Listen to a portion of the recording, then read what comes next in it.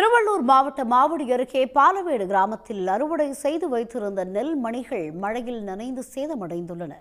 இதுகுறித்த கூடுதல் தகவலுடன் செய்தியாளர் மூர்த்தி இணைகிறார். மூர்த்தி, விவரங்கள்.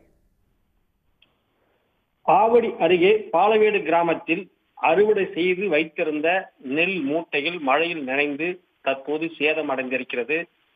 ஏற்கனவே கொள்முதல் செய்து அதிகாரிகள் மெத்தனம் காட்டுவதால் சுமார் 1.5 கோடி மதிப்பிலான நெல் மூட்டைகள் வீணாகும் நிலையில் உள்ளதாக அந்த பகுதி விவசாயிகள் வேதனையுடன் தெரிவித்துள்ளனர். திருவள்ளூர் மாவட்டம் பாலவேடு கிராமத்தில் உள்ள சுமார் 600 ஹெக்டர் பரப்பளவு விவசாய நிலங்கள் உள்ளது. அதுல 150 ஹெக்டர் நிலத்துல தற்போது விவசாயிகள் விவசாயம் செய்து வருகின்றனர். இந்த நிலையில பாலவேடு கிராமத்தில் ஏற்கனவே விவசாயிகள் விவசாயம் செய்து அறுவடை செய்து சுமார் 15,000 நெல் மூட்டைகள் குடோனில் தேங்கி கடந்த 20 நாட்களுக்கு மேலாக அப்படி காத்து கொண்டிருக்கிறது.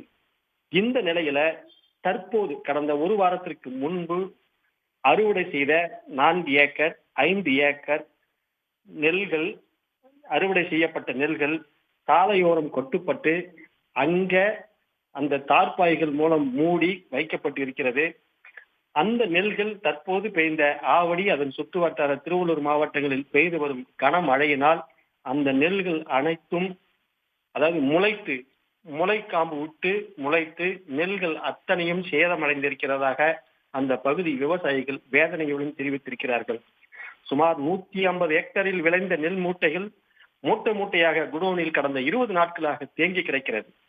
அறுவடை செய்யப்பட்ட நெல்கள் கொள்முதல் செய்ய அதிகாரிகள் மெத்தனம் காட்டி வருவதால் அந்த பகுதியில் பாலவேடு கிராமத்தில் மட்டும் சுமார் 1.5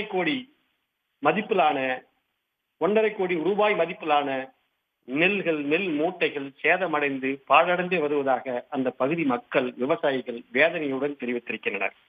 உடனுக்குடன் செய்திகளை தெரிந்து கொள்ள சன் நியூஸ் பெல் ஐகானை கிளிக் பண்ணுங்க.